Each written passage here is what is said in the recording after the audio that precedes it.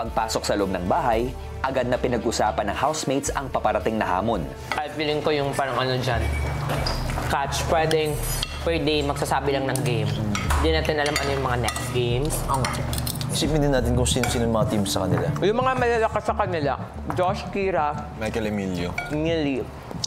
Michael Emilio, feeling ko yung fighting spirit lang yung ano sa kanila. Pero if i-compare mo siya with the Josh and Kira, feeling ko mas Josh and Kira. Oh my God, Kira has Kasi Kira abs. din, girl. Kira works out Malakas talaga. Love mo na bago away. Love muna. Magkakainitan na yan! Pagkatapos kumain, muling tinipon at kinausap ng mga task leaders ang housemates. I mean, I know na French style lahat dito, pero sabi nga namin ni Ralph, maintindihan nila yun. Maintindihan nyo. Maintindihan po nila kung ano po yung pinaglalaban namin.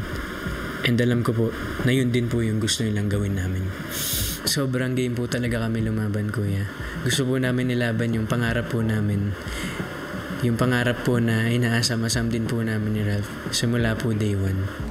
Don't back down. Kasi it's very possible na baka bigyan nyo sila, like you're just gonna give way, you're not gonna do the task anymore kasi you feel bad na you're here and they're not. Of course, we won't sacrifice the friendships and the bonds and the family that we created here. It's not that we're thinking bad of anyone.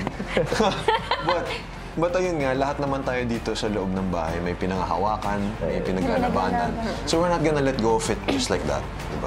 And I feel like that's the importance of this challenge. Kasi it's really gonna test. It's a reminder. It's gonna remind us talaga of why we're here. Sa lahat po ng naiwan dito sa bahay, alam ko pong hindi susuko yung mga yun. Sige. 1, 2,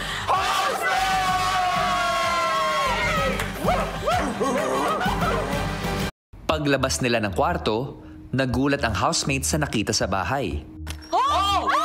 Oh my gosh, this What's way. that? Uy! Oh! What is it? Go!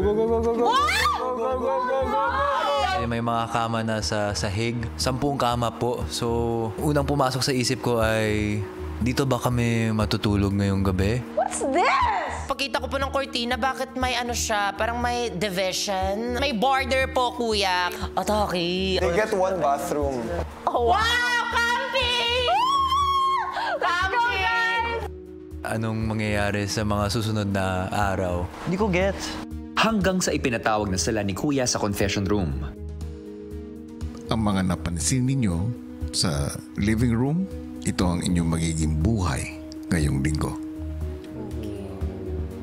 Kayo ay mananatili sa lugar na ito mula sa puntong ito hanggang sa itatakda ko.